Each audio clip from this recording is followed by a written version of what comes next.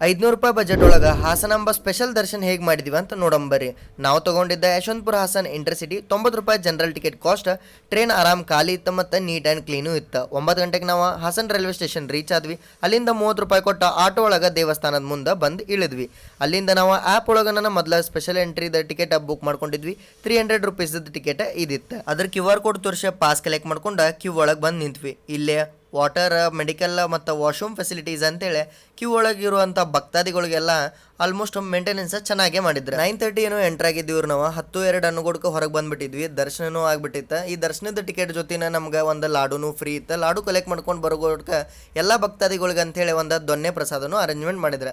ದೊನ್ನೆ ಪ್ರಸಾದ ತೊಗೊಂಡು ನಾವು ನಡ್ಕೊಂತನ ರೈಲ್ವೆ ಸ್ಟೇಷನಿಗೆ ಬಂದಿವಿ. ಫಸ್ಟ್ ಟ್ರೈನ್ ಇತ್ತು ಬೆಂಗಳೂರಿಗೆ 12:40. ಅದು ಬೆಳಿಗ್ಗೆ 7 ಗಂಟೆಗೆ ಹೋಗಿ ರೀಚ್ ಆಗ್ತಿತ್ತು. SMT Murudeshwar express. ಮತ್ತು ಆಮೇಲೆ ನಿಮಗೆ ಕನ್ನೂರ್ ಎಕ್ಸ್ಪ್ರೆಸ್, ಅದರಿಂದ ಪಂಚಗಂಗಾ ಅಂತೇಳಿ ಆಪ್ಷನ್ಸ್ ಅಂತೂ 3-4 ಸಿಗ್ತಾವ್ರಿ. ಬಟ್ ನಾನು ಚೂಸ್ ಮಾಡ್ಕೊಂಡಿದ್ದ ಮುರುಡೇಶ್ವರ ಎಕ್ಸ್ಪ್ರೆಸ್. 12:30 ಹತ್ತಿಗೋದ್ ಗುಡ್ಕ ಬೆಳಗ್ಗೆ 7 ಮಟ ನಿದ್ದೆ ಹಾಗೆ ಕೆಲಸದ ಟೈಮಿಗೆ ಹೋಗಿ ಮುಟ್ಬೋದು ಅಂತ ಹೇಳಿ. ನೀವು ಯಾರೋ ವರ್ಕಿಂಗ್ ಪ್ರೊಫೆಷನಲ್ ಅದರಿ, ಟೈಮ್ ಜಾಸ್ತಿ ಕನ್ಸ್ಯೂಮ್ ಆಗಬಾರ್ದು ಅಂತಂದ್ರೆ ಈ ಪ್ಲಾನ್ ನೀವು ಎಕ್ಸಿಕ್ಯೂಟ್ ಮಾಡ್ಬೋದು.